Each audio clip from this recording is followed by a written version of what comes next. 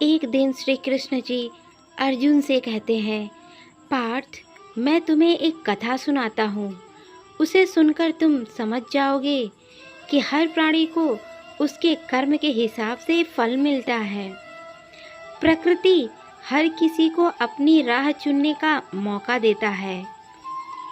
अब वो मनुष्य की इच्छा पर निर्भर करता है कि वह धर्म की राह चुनता है या अधर्म की राह चुनता है। अब चलो कथा शुरू करते हैं। एक नगर में दो पुरुष रहते थे। एक पुरुष व्यापारी था। उसके जीवन में धर्म की बहुत महत्व थी। वो पूजा पाठ में यकीन भी रखता था। वो हर रोज मंदिर जाता था और दान धर्म भी किया करता था और हर रोज भगवान की पूजा भी करता था। वही दूसरा पुरुष बिल्कुल विपरीत था।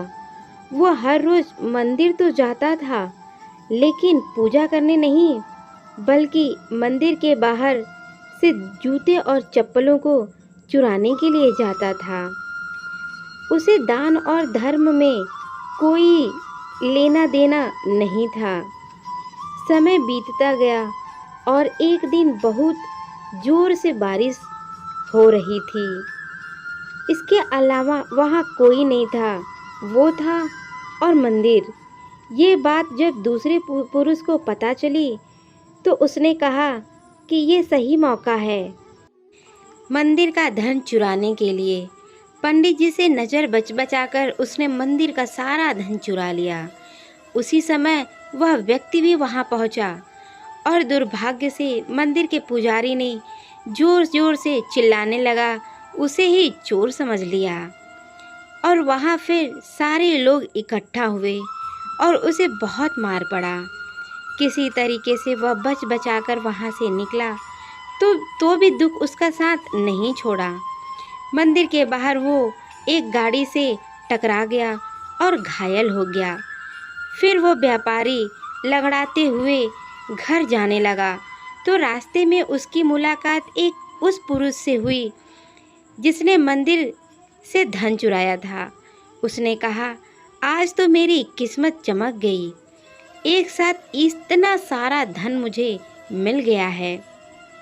ये सब देखकर उसे बहुत बुरा लगा और उसने अपने घर से भगवान का सारा तस्वीर घर के बाहर फेंक दिया और बहुत ही बुरा और भला बोलने लगा। उसे बहुत गुस्सा आया।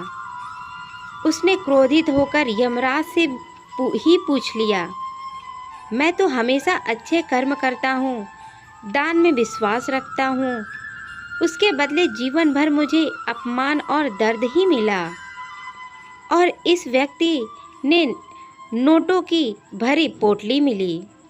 आखिर ऐसा भेदभाव क्यों?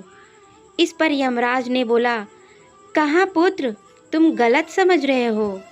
जिस दिन तुम्हारी गाड़ी से टकराई हुई शरीर था वो दिन तुम्हारा आखिरी दिन था, लेकिन तुम्हारे अच्छे कर्मों की वजह से तुम्हारी मौत एक छोटी सी चोट में बदल गई। तुम इस दुष्ट व्यक्ति के बारे में जानना चाहते हो?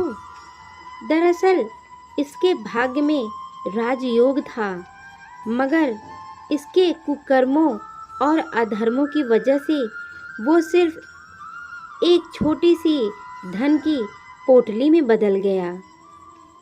तो दोस्त, यही थी आज की कहानी।